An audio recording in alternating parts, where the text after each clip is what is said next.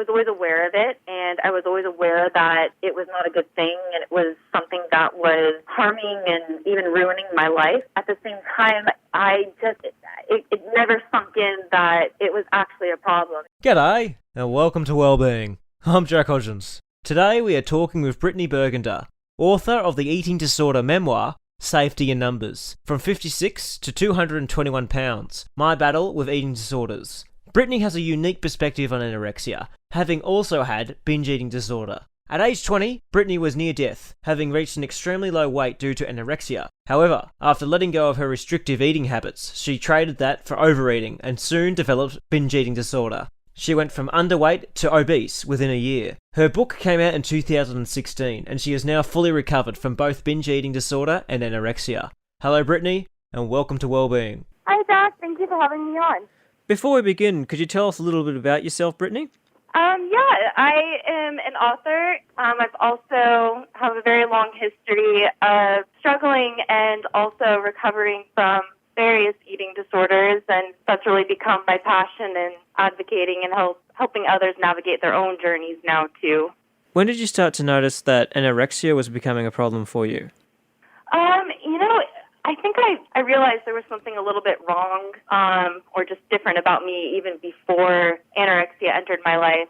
I developed anxiety and depression at a really young age, but I was too young to understand my distressing feelings and why I felt the way I did. And that kind of slowly turned into start engaging in behaviors to release my emotions and keep my mind busy. And that's when that manifested into an eating disorder. But initially I was oblivious to it. I didn't really know what an eating disorder was. But each time I engaged in these weird behaviors and rules that revolved around food and numbers and weight and all that stuff, it eased my mind and it quieted my anxiety and it distracted me away from sort of just, what I didn't want to feel. I think when I realized I had a problem with food or an eating disorder, it was, about 13 years old. I could tell I was losing weight, I was counting calories, and I didn't really know what it meant. I knew at that point I had a problem with food, and my parents were quick to intervene and diagnose quite soon thereafter. Would you say that was the anorexia brought on, did anyone ever make any comments about about your weight, or was it more the anxiety kind of realms? For me, it was more a combination. I was just naturally, I would say, more predisposed to having anxiety and depression. But that being said, I also, early on, I often teased and bullied by my peers. I loved sports and I was very athletic. So, they would make fun of me even for that or for, I looked different than them. I felt always that I was bigger and too strong and I looked like an athlete. So that definitely played a big part, is that I just felt like I didn't fit in with my peers, and and then that in combination with bullying and already kind of having low self-esteem, it just sort of set the stage for this to happen.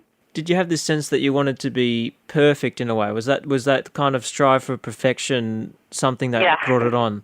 Yeah, definitely. I'm very driven, just always thinking that I wanted to be the best, needed to be the best, and that really, again, stemmed from just having no self-esteem, no self-worth, and I felt that if I could be perfect or if I could be the best at something, if I could be super successful, it would sort of overshadow how I really felt inside and mask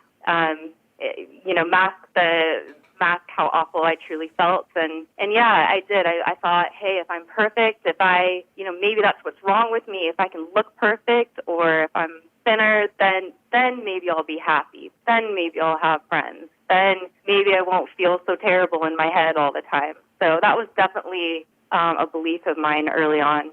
How did your parents react to it? You mentioned they got onto it pretty quickly. Was that the case? Yeah.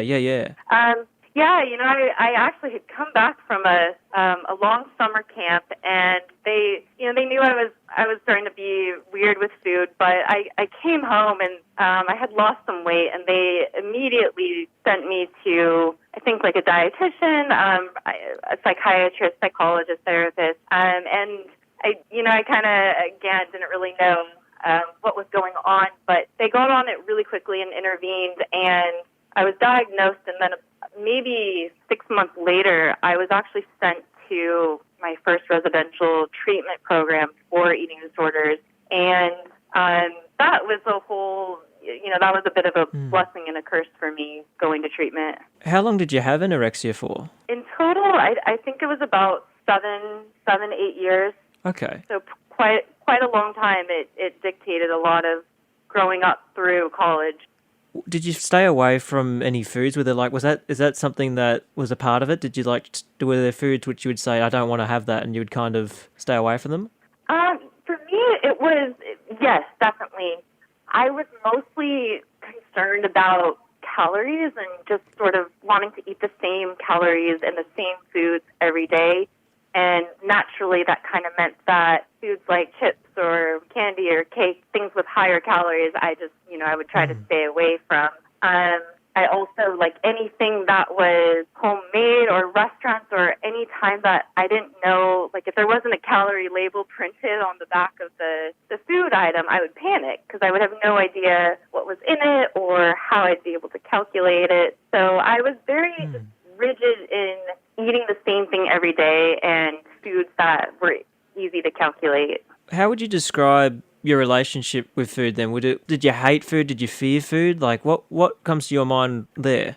Yeah, certainly during anorexia, I thought about it all the time. I wanted it, but I was afraid of it, and I didn't. I think that's, I don't know. I was so jealous of everyone who could just eat and not care, and I wanted so badly to just join in and to just eat, but I was also so afraid of losing control, and I think that was the biggest thing for me, is that my eating disorder gave me this false sense of control over an internal world that felt completely out of control. So I really just would never even let myself have one bite that was different from what I had pre-planned. Did you struggle to eat in front of people? Yes, definitely. I was always eating alone, and I had weird schedules for myself. I was very uncomfortable ever being in the company of someone else while eating, or just having someone watch me eat at all. So I was very secretive about eating and timing it, and excuses for my friends and excuses for my family.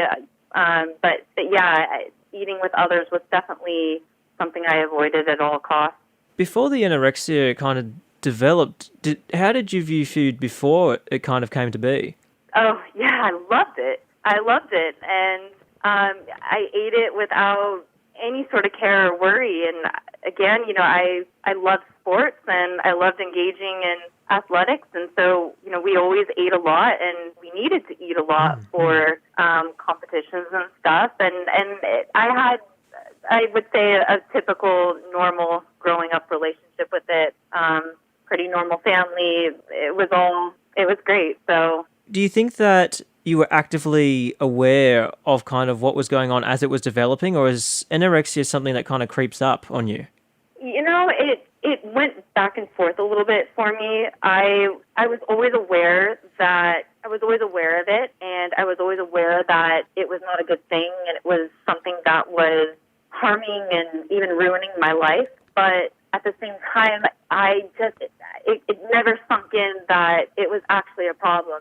I was always in denial that I was sick. I never believed I was sick enough, and I never believed that it was really a problem that I had to change or could.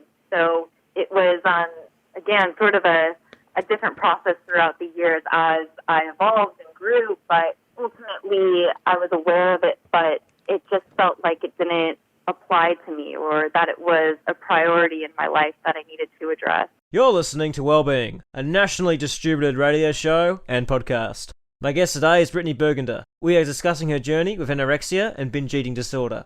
Looking back now, did it have a big impact on your daily life, just like the normal things you did every day? Yes. Yeah, I think, if there's anything that I wish I could do over, it would be that, just because my eating disorder became my number one priority. And so it really destroyed a lot of just relationships with friends and family, and All the sports that I used to engage in and stuff, I became too weak to participate. Basically, everything that I loved and everyone that I loved, they just didn't matter anymore. I couldn't fit them into my daily life, and it was my whole life soon just revolved around exercise and counting calories and just pushing people away and trying to hide my behaviors. It sounds like, in a lot of ways, then, Brittney, that anorexia can be very isolating. Very, yes. And I think that's, that's kind of what happens. It doesn't always start out that way necessarily. I think I thought that it would bring me more friends and happiness and all the things that I wanted, but it soon becomes just sort of this very isolating disease. And your eating disorder, that kind of becomes like your only friend, your only company. And I think that's the scary part about it, is that you don't really realize how much you're losing yourself. You don't realize how you're shutting people out, and it happens gradually, but at the same time, it can change your life and consume your life and destroy your life in an instant too, without you really being aware of it. Knowing all that you just described then to me, how can a family member actively and effectively help someone that does have anorexia? Yeah, I mean, the best thing, I'm very fortunate that my parents were aware that something was going on with me. I was very stubborn and not wanting help for my eating disorder for many, many years. So although they tried to help me and give me resources that would also help, I still wasn't really ready to accept it. That being said, they provided me with so much unconditional love, and just listening to me, just having a family member, have a listening ear, even if they don't fully understand. I think it's just really important to understand the individual. They're going through something, and they're really struggling with their life, but they might not understand how to talk about it. So just you want to intervene when you can, but also just try to lead them to the right resources and be there when they're ready to talk. What things should someone never say to someone that has anorexia? I guess that depends if you're talking about a friend or a family member, or if you know someone has anorexia, you definitely comments like, "Oh, just eat more," or "You're so skinny," or vice versa. If someone's in recovery from an eating disorder, you never want to assume that just because they look okay, they are okay. I think that's a very big misconception, because oftentimes people who are struggling with anorexia don't necessarily look underweight. They might not look thick or emaciated. So, you don't really want to tell a person, "Oh, you look great," or "Oh, you look so healthy too." Because sometimes in the mind of someone with anorexia, if they hear someone saying, "Oh, you look so healthy," most people would take that as a compliment. But often for me, I would twist that into meaning, "Oh my God, I'm fat," or "Oh my God, if I look healthy and I'm still unhappy inside, then now what?" So I think just staying away from any sort of body comments or food comments, or regardless of who you are or what eating disorder, that's just a good territory to avoid. Your anorexia became binge eating disorder. How did that? What's the story with how that transition kind of happened? Yeah. So I had been struggling with anorexia for about 7-8 years, and I finally got to a point where my sister was having a party, and there was a bunch of leftover food, and I finally just broke, I guess, and I let myself have some. And then once I started, it was like I couldn't stop. It was the most amazing feeling. I don't even know how to describe it, but after 7 years of depriving myself of all my favorite foods, and then finally being like, "Okay, you can eat them." I mean, it was exhilarating. It was incredible. But that being said, the problem was I couldn't really stop. So pretty quickly, my anorexia morphed into binge eating disorder, but really I had just traded one method of coping for the other. And, I hadn't really at that point in my life, I was not in recovery, and I kind of just traded one for the other, and the only thing that changed really was my behaviors.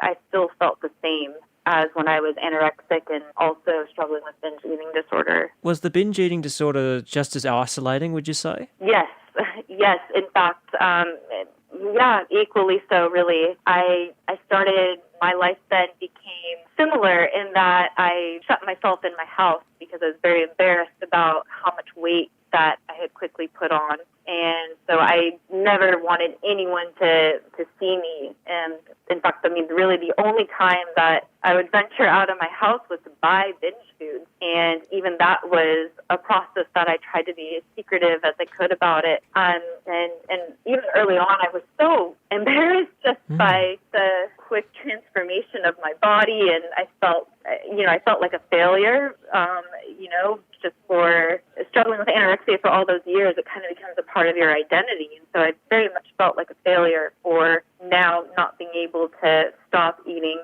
And so if anyone asked, or old friends, if they asked how I was, I would just pretend I was fine. I'd pretend I looked great. I didn't update any of my social media pictures to a current one. I just I tried to hide all of it from everyone.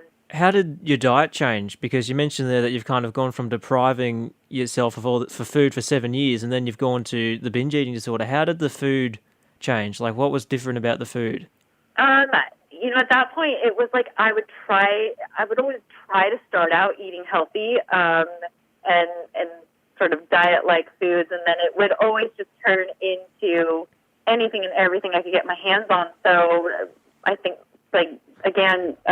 sweets, cookies, cereal, peanut butter, chips, just all that high-fat, sugar, high-calorie foods that, I had always wanted to be able to eat. But it was so all or nothing for me. It was either super strict and unsustainable, or all out, give me everything I can possibly eat, and I'm only going to stop when I physically, can't take another bite. There was no in-between for me. Did you see much of your family during that time? I did and I did not. I didn't see them when I was away at work or living in a different town. But again, I would try to either hide it for them or pretend I was doing well. Or if they were around me, I would always make sure to binge either late at night or just certainly, again, a very secretive process. I never, ever, just like with anorexia, I wanted to binge in someone else's presence. So that also, just the binging, that always happened in secret. When did the bulimia start to set in? That happened, so then the binge eating, that eventually started once again morphing into bulimia. And for me, there's different forms of bulimia. I never purge. Mine was more of a binge, restrict, laxative, exercise sort of form of bulimia. So, and that, initially I thought kind of I had won the Nobel Prize. It seemed like a perfect solution to sort of find a balance between the two extremes. But that also quickly, it ruined my life in really just as harmful ways. I think the worst of it was with the bulimia, my weight, I finally got back to a more, I guess you could say, healthy weight where I felt okay to show myself in public. But everyone thought I was fine. And so I was sort of living this double life where I looked healthy and I tried to kind of create this image that I was totally fine and everyone believed that I was totally fine. But then again, in secret, I was struggling just as much with this disorder that equally could have cost me my life. When did you decide to get help? So I guess this question, I was, again, very fortunate that my parents intervened when I was younger. And so I did have access to therapists and outpatient treatment and different forms of treatment growing up, but I was never very much a willing participant in any of this treatment. So for me, really the turning point was I hit a rock bottom in my mind. I had hit so many rock bottoms physically, and they were never really the catalyst to cause me to really commit to recovery. And I finally hit a point where I realized, okay, this is up to me. I'm tired of this. I want a better life. And that was really when I started to work as a team with my therapist and just my dietitian, my outpatient team. And that really, that changed my life for real, just getting to that point. You're listening to Wellbeing, a nationally distributed radio show and podcast. My guest today is Brittany Burgunder. We are discussing her journey with anorexia and binge eating disorder. When did it start to, because I can imagine that recovery would have been quite difficult at first. When did you kind of start to think this is a really positive thing, this is going well, and yeah? Yeah, I think that's the hardest part. Is recovery is so much harder than staying sick. And initially, it's much harder in the beginning, and then it gets better. Then it gets easier, but you don't know that, or you don't test that at the time. But yeah, as I committed to it and continued to tiptoe out of my comfort zone and try new things, I started making new friends and having great friends who did not bully me or tease me. They accepted me for who I was. I was able to get back into tennis and ride horses and the activities that I used to do. I was able to go back to college and pursue psychology, and it just really gave me back my relationship with my family and everyone around me. And I started to realize, hey, I can do this, and hey, I can get through a bad body image day, and I still had this fun outing with a friend, or even learning again to go out to dinner or to eat with people. I mean, it's scary at first, but then you realize, oh my gosh, I can have a social life again. And so it's tough, but the positives, thankfully, I started to really see, okay, this is worth it. How did that feel to get your life? It almost sounds like by taking on that recovery, you got your life back. How did that feel? Yeah. Oh, gosh. I mean, it's similar to how I felt when I first started binging after 7 years. I mean, recovery is not an instant process. It's a very long and difficult journey. But, just in many ways for me, I feel like it was a beginning. And I wasn't starting over, but it was sort of this new beginning where I got to have a different relationship with myself and kind of move forward in the ways that I wish I were able to when I was younger. So it was really, I don't know how to really put words to that. It's priceless, and it makes all the hardships in the past and, all those tough times, it really makes it worth it. And, you see how much you've grown, and you're proud of that. I'm very, that definitely, I wouldn't trade my struggle for anything because of that. How do you view food today? I love it. I would say I am finally at a point where I have found that good middle ground where I can trust my hunger and intuitive eating. And, some days I might want a salad, some days I might want to order the burger. So it definitely was a very long process, but I never believed I would be where I am now, where it's like food is just food. And it can change every day, it can change every week, and it can be a part of my life where it's an enjoyable experience, and, there aren't things where there's rules and limits. It can just be something that I enjoy and that keeps me well. It sounds like with food, when it comes to food, we need to have balance then. It's all about balance. It is, yeah, and I mean, that's such a tough word because balance means something different to everyone, and there is no real, I would say, normal when it comes to food. But yeah, that's definitely something that in all areas, trying to view food in a neutral sense where it's not good, it's not bad. And I know for me, being able to find that balance is really important, because if you're going to deprive yourself, that's not sustainable. So eventually you're going to overeat and binge, and it just becomes this cycle of, all or nothing, too much, too little, and being able to kind of find that middle ground again, that balance, that really I feel is such a key for everyone to find that for themselves. How did your book, Safety in Numbers, come to be? Yeah, I never intended to write a book, to be honest. Very early in my eating disorder, I started journaling, and I would write in my diaries, and I kept them hidden just, it was just sort of the only way that I could kind of unload my feelings and true thoughts with everything that was going on with me and my eating disorder. And so I wrote religiously every day throughout my entire process. And, I felt that I had all these diaries that kind of really gave you a look into the inside of the mind of someone struggling. And I felt that, a lot of people might benefit just from hearing my story and realizing kind of the reality of it. And I published it a few years ago now, just with the hopes that it could help someone understand more or avoid the path that I did. And actually in the process right now of updating it and also writing the sequel. So, it was not intentional to begin with, I would say. Can you tell us much about the sequel yet, or is that a bit, we're keeping it a bit secret at this point? The publishing process is so long, but the sequel, it picks up where my first book ends, and it's really the continuation of, I would say, the rest of my story. My first book doesn't really go into the recovery process in detail at all, and so in the sequel, I continued to journal, and so it's a similar format, but it takes you through kind of a few more struggles, and then also my recovery process and sort of getting to where I am today. So very excited about it, but yeah, if you know any agents or publishers who would, I'm looking for them. But yeah, I'm excited about it. Where can people find your book? Where is it available?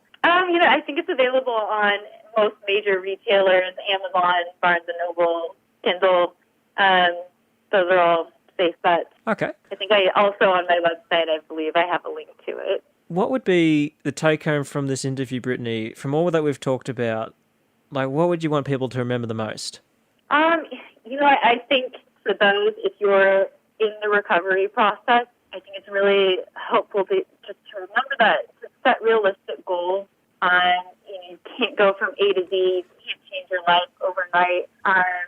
But really, just to trust the recovery process and to know that you're never too hopeless. You're never too far gone to change your life. And some of the darkest struggles can become what help you overcome your eating disorder. You can use that same fight that you give to your eating disorder and transform that and give it to getting well. And this is an isolating disease, but you are never alone. And there are many resources and help available, and it's worth it to speak up and to reach out for help. Well, thank you for being on the show today, Brittney. Thank you so much for having me, Jack. My guest today was author Brittany Burgunder. Tune in next week where we talk with another person who has gone through an anorexia journey. And if you like this content, check out the Wellbeing podcast for more. Thank you for listening. I'm Jack Hodgins, and all of us at Wellbeing, as always, wish you well.